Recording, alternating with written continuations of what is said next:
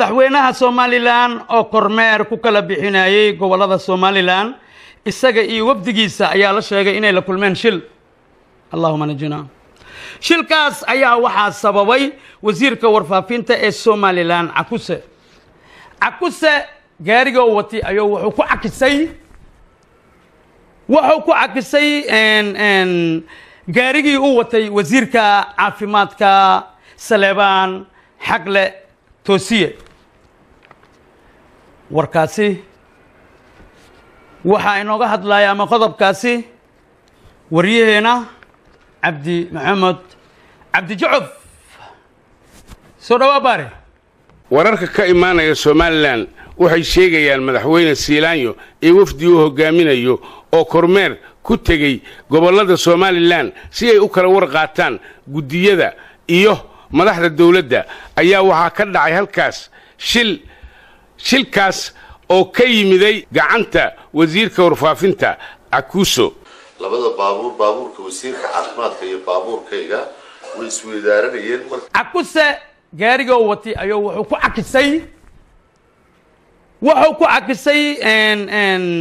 gaarigii uu watay wasiirka caafimaadka Saleebaan Xagle Toosiye. halkii laami ay ahaydna jabjabaa ka jiro way jabtay baabuurtu iyagoo godadka uga turaya baabuurkooda iyo qab iyo qunta dadka saaran ay u diidayaan ayay isiraahdaan godka ka weeci dabeeta baabuurka kale ayay isku dhacaan oo isaguna sidaas leeg sameeyay. Allahumma najina.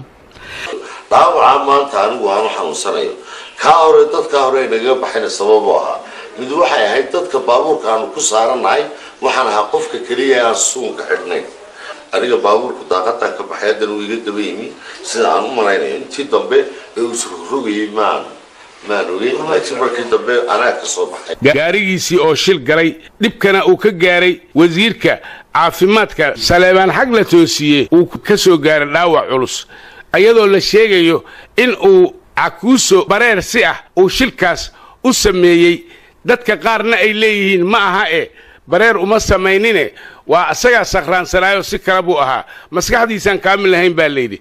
Cabdi Maxamuud Shaaf faaliyaha qaranka Akuse waa aragteen gacanaha bash wixii kalena saaxiibkeena Cabdi Jucuf ayaa ka hadlay ama wariyaheena wixii soo kordhana faaliyaha diyaar